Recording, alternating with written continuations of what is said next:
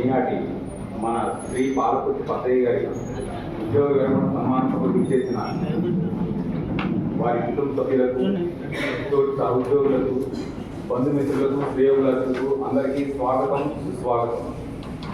శ్రీ పాలకుర్తి పతయ్య గారు అకౌంట్స్ డిపార్ట్మెంట్లో 1986 సంవత్సరం నుండి వివిధ పదవుల్లో 39 సంవత్సరాల పాటు సుదీర్ఘంగా పనిచేసి ఈరోజు అసిస్టెంట్ అకౌంట్స్ ఆఫీసర్గా ఉద్యోగ విరమణ చేసే సందర్భంలో ఏర్పాటు చేసినటువంటి ఈ సభకు అధ్యక్షత వహించవలసిందిగా మన వైస్ ప్రెసిడెంట్ ఫైనాన్స్ మరియు additional secretary Shri PVS Vishwanath Kumar గారిని కోరుతూ వారిని వేదిక మీదకు సాధారణంగా ఆహ్వానిస్తున్నాం.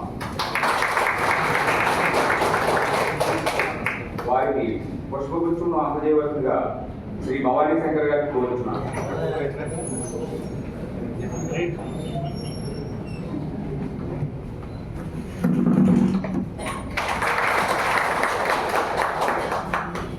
అలాగే మన అతిథి general manager HR Shri Sambasivarao గారిని వేదిక మీదకి సాధారణంగా ఆహ్వానిస్తున్నాము.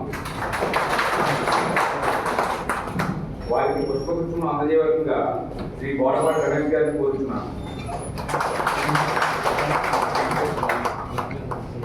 మరియు ఈనాటి సన్మాన గ్రహీత పేరులోనే ప్లానింగ్ ఉన్నటువంటి శ్రీ పాలకుర్తి పతయ్య గారిని స్వాగతం పలుకుతూ వేదిక